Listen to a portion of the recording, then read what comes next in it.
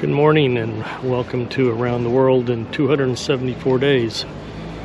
Today, we're in Seoul, Korea, South Korea, and we've just got off an hour and a half long bus ride, and we are at the DMZ. We're going to take a gondola ride, go through the Peace Gardens or Peace Park. Well, I would tell you, but it's all in Korean. But we're going to get to an observation point eventually and see the DMZ, look over into North Korea. And then we're also going into one of the tunnels that the North Koreans had dug to as part of their invasion or preparation for an invasion into South Korea. So come along. The Korean Demilitarization Zone is a strip of land running across the Korean peninsula near the 38th parallel. The DMZ is a border barrier that divides the peninsula roughly in half and was established as a buffer zone between the two countries. Notice the landmine sign.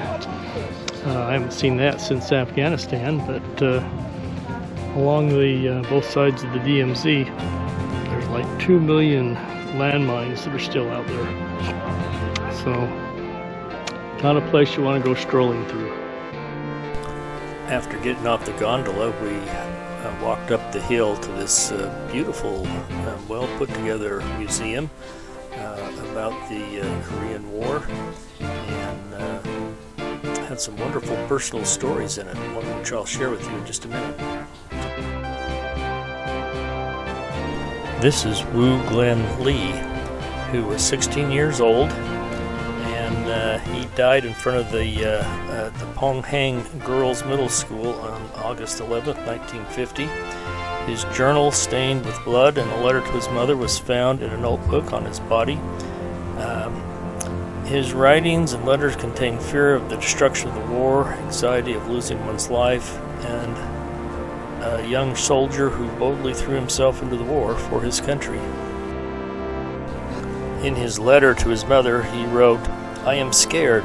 My fellow students are lying around me, waiting for the enemy to come like they are waiting for death."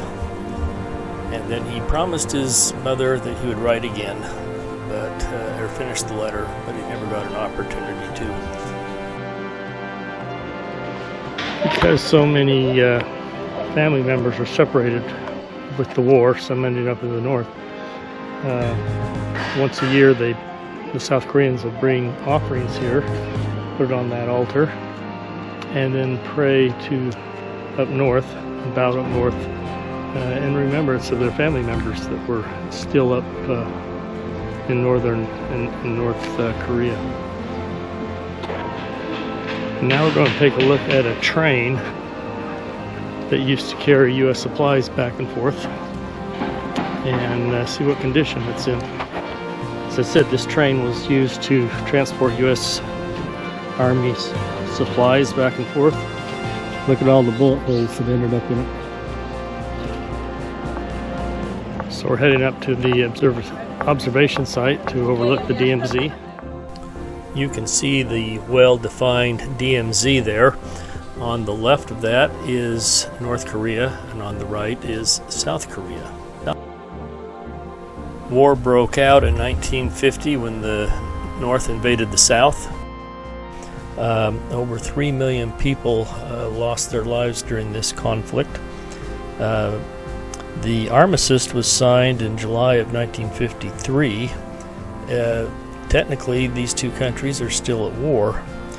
Even after the armistice, there's been sporadic outbreak. Over 500 South Korean soldiers, 50 American soldiers, and 250 North Korean soldiers have lost their lives between 1953 and 1999. So it's still a hot spot.